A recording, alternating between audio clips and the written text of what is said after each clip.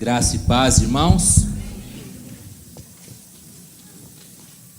Eu me lembro que há muito tempo atrás passava uma propaganda na TV, eu acho que era de Coca-Cola, que mandava pegar uma Coca lá na geladeira, aí a pessoa falava: mãe, só tem uma. E é um negócio que é verdade, né? Mãe só tem uma. Tanto que, tecnicamente, quando você tem que fazer alguma verificação no INSS, alguma coisa assim, o nome do pai não serve, só serve da mãe. Agora, por quê? De onde saiu, só tem uma. E que bênção é podermos ter a bênção de nossas mães. Amém, queridos? Levi, projeta para mim o primeiro slide, por favor. Eu quero convidar você a abrir a sua Bíblia em 2 Timóteo, capítulo 2, nós vamos ler depois o verso 5. Mas esse primeiro slide, alguns podem não conseguir enxergar, esta é a capa do Jornal Batista. E ali aparece: mãe, extensão do cuidado de Deus. Aí aparece algumas mães e aparece algumas marcas que envolveram estas mães. Então temos Maria, Joquebede, Sara, Eva, Ana, Rispa, Eunice, Agar, Isabel, Leia e algumas características que envolveram estas mães.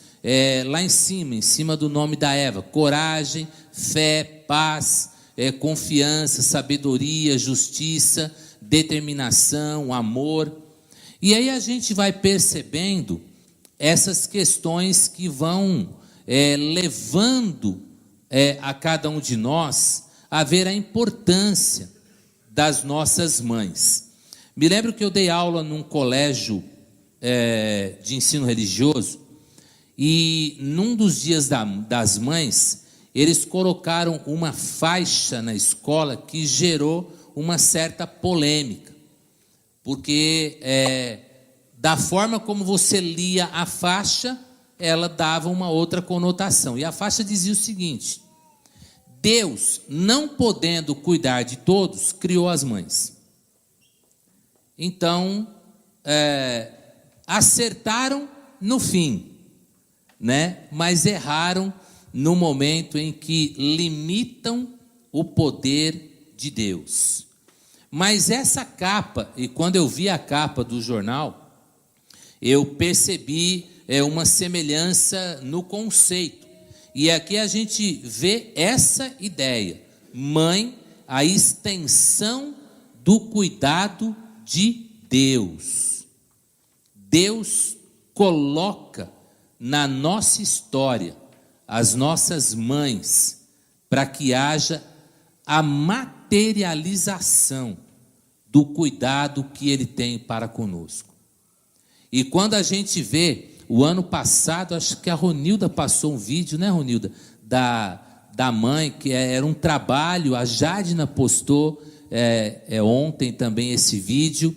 E quando a Ronilda mostrou esse vídeo ano passado, foi bem interessante, porque é uma contratação, e é uma entrevista feita por Skype, e aí o camarada fala: olha, a gente está contratando uma pessoa, mas não vai ter folga, vai ter que trabalhar todos os dias, o horário é full time também, e aí vai falando, e não tem descanso, não tem férias, não tem folga, aí a pessoa fala: mas... how many? Não, também não tem dinheiro, não tem salário, vai ter que trabalhar de graça, e tem que entender de relações interpessoais, tem que entender de primeiros socorros, ter noções básicas de saúde. Aí as pessoas: você é louco, não quero isso jamais. Aí alguém fala: não, você nunca vai conseguir contratar ninguém assim. Aí o cara fala: não, tem muita gente que faz esse trabalho. Mãe. E aí aquela emoção, porque aí cada um lembra da sua, né? E aí a gente vê que realmente tem esse conceito que a gente precisa resguardar. O cuidado de Deus na nossa vida, muitas vezes, ele se estende através do cuidado das mães. É claro que aqui nós falamos de mães que cumprem o seu papel de mãe. Tivemos num dos chás de bebês uma psicóloga que falou sobre maternagem. Não é só pôr o filho no mundo. Pôr o filho no mundo, animais fazem. Pôr filho no mundo não é ser mãe. Ser mãe é cuidar daquele filho que se colocou no mundo. E o conceito da maternagem, ele é tão amplo que ele abraça quem não é mãe biológica, mas é mãe adotiva. A Ruth comentou hoje de manhã que uma amiga dela postou uma foto lá que era o ultrassom da mãe de filhos adotivos. Aí aparece um raio-x e um colarzinho com 2 pingentes dos bebezinhos. E se a gente pensar no processo de adoção, é o exercício da maternidade na direção de quem está desprovido de mãe. Então, queridos, indo para o texto, pode passar, Levi, o outro slide. A gente tem um texto muito simples que nos dá uma amplitude da importância do cuidado que nós temos em relação às nossas mães. Esse texto de 2 Timóteo, nós lemos assim: recordo-me da sua fé, Paulo falando a Timóteo, recordo-me da sua fé não fingida, que primeiro habitou na sua avó Lóide e em sua mãe Eunice, e estou convencido de que também habita em você. Amados, este verso, com tão poucas palavras, traz um desafio extremamente relevante, porque aqui a gente encontra a dinâmica de uma família. Aqui a gente encontra o retrato de uma família. E olha que a questão de retrato, ela é uma coisa meio problemática. Porque veja, se você tira uma foto, vi uma foto assim, no Piauí, um lugar, ele era um lugar muito lindo no horizonte, mas imediatamente era um lixão. Então o fotógrafo tirou a foto, e aí eu falei para ele, é um fotógrafo profissional, eu falei para ele: Charbel, interessante como o olhar do fotógrafo consegue registrar a realidade, né? Ele falou: não, pastor, ao contrário. A foto registra o que eu quero mostrar. Aí ele pegou e falou: olha só, ele tirou uma foto, puxou o zoom e tirou o foco do lixão. Então só apareceu a paisagem ao fundo. Na outra foto, ele desfocou o fundo e mostrou só o lixão. E aí ele disse: é a mesma imagem. Quando a gente olha, a gente vê isso. A foto, ela vai selecionar o que eu quero ver. Queridos, quando Paulo fala da vida desta família, 1:5. Ah, tá certo, desculpe, estão me corrigindo ali que é 1 Timóteo 1:5, eu escrevi 2, né? Então, 1 Timóteo, 2 Timóteo 1:5. Não me confundo. Isso que dá não usar a Bíblia do papel, tá vendo? Fica usando a Bíblia digital, isso que dá. Então, quando Timóteo é citado por Paulo, na verdade, ele tem uma imagem panorâmica da sua vida. Ele tem uma imagem panorâmica, porque olha o que ele está dizendo nessa imagem panorâmica. Próximo slide, por favor. O que ele está vendo? uma fé não fingida. E ele fala: Timóteo, eu me lembro dessa fé não fingida. O que seria, na ótica de Paulo, falar sobre fé não fingida? O que seria isso? Seria a vivência real daquilo que a gente crê. Um dia desses, peço licença para não citar exatamente os pontos, mas ouvi um grande pregador num grande evento evangélico falando sobre a importância de trabalharmos focados na pessoa como um todo, na pessoa como gente, de acolher a pessoa. E aí eu comecei a observar o seguinte: Dani, fica de pé um pouquinho. Olha o que a Dani tem ali estampado no seu peito. Acolher. Pode sentar, querida. Quando a gente olha para ela e para os demais do ministério, a gente sabe que aquela palavra é só um nome ou é uma ação que se faz verdadeiramente nessa igreja? É uma ação, verdadeiramente. Agora, quando a gente ouve aí, por favor, nenhuma crítica à marca da camisa, tá? Quando a gente ouve um discurso de abraçar o necessitado, de apoiar o necessitado, de descer aonde o problema está, para erguer o homem como um todo, e a pessoa está dentro de uma camisa Dudalina ou Lacoste, e nunca é vista com a mão na massa, lidando com aquilo que ela ensina que deve ser lidado. Isso, na minha ótica, é uma fé fingida. É um discurso que se torna bonito no palavreado, no discurso retórico, mas não encontra respaldo numa vivência verdadeira.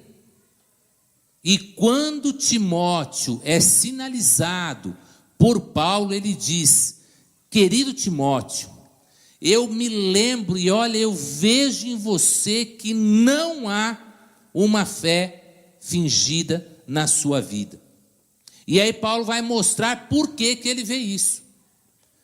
Aí ele diz: primeiro, essa fé habitou na sua avó Lloyd.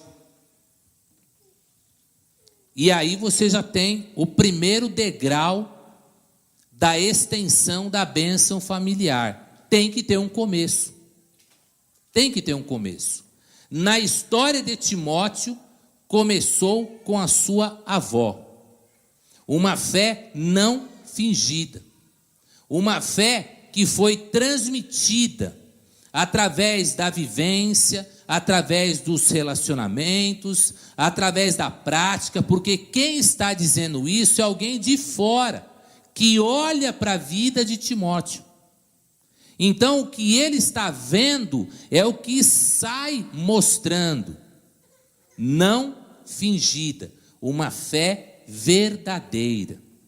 Tão verdadeira que habita primeiro na avó, e a avó cumpre o seu papel e ensina a sua filha, Eunice.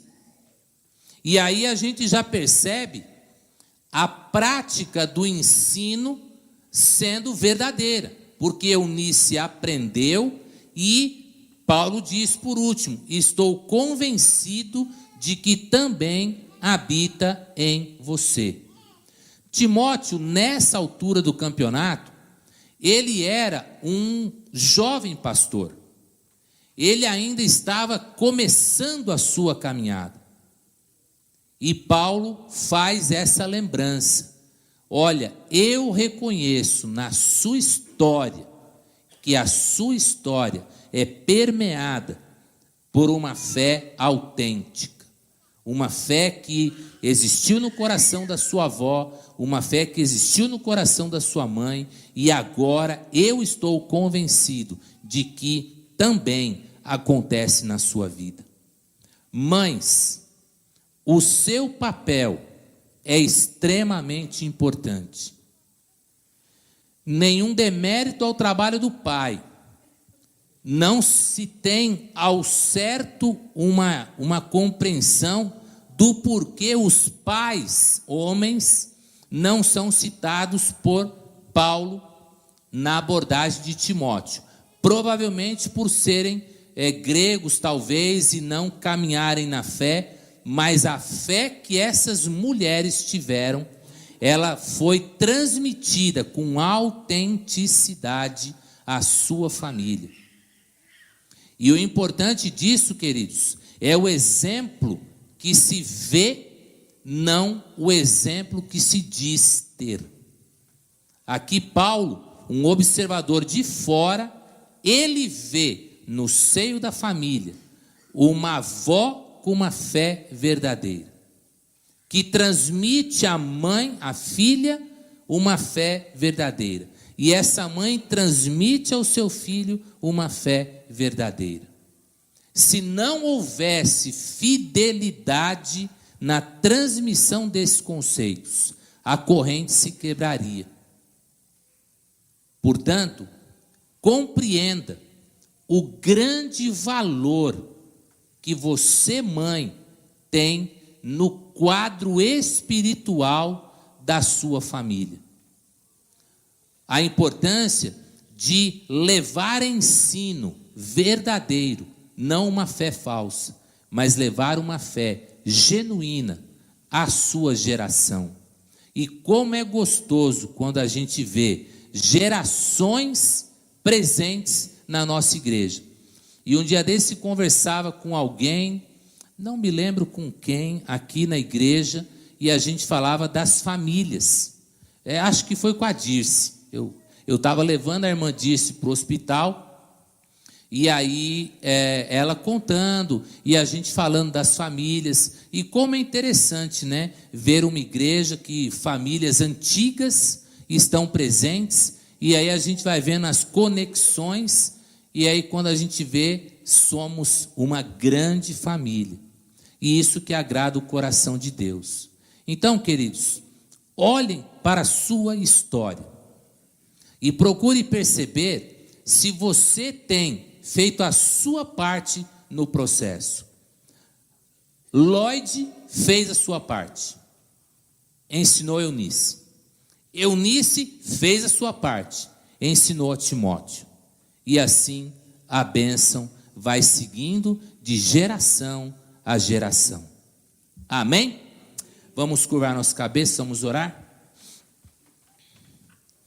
Pai Celeste, nós te agradecemos pela bênção de podermos olhar para a história de Timóteo e reconhecer na sua mãe e na mãe da sua mãe mulheres que tiveram e experimentaram uma fé genuína.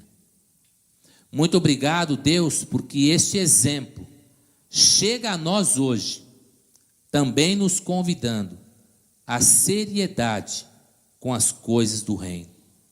E eu peço ao Pai que a cada mãe aqui presente, que possa haver no coração delas um desejo genuíno de vivenciar a sua fé, para que a sua família receba a bênção de conhecer o Senhor e prosseguir nesse conhecimento. Muito obrigado pela bênção que é andar ao seu lado. Oramos assim por Jesus, hoje e sempre. Amém.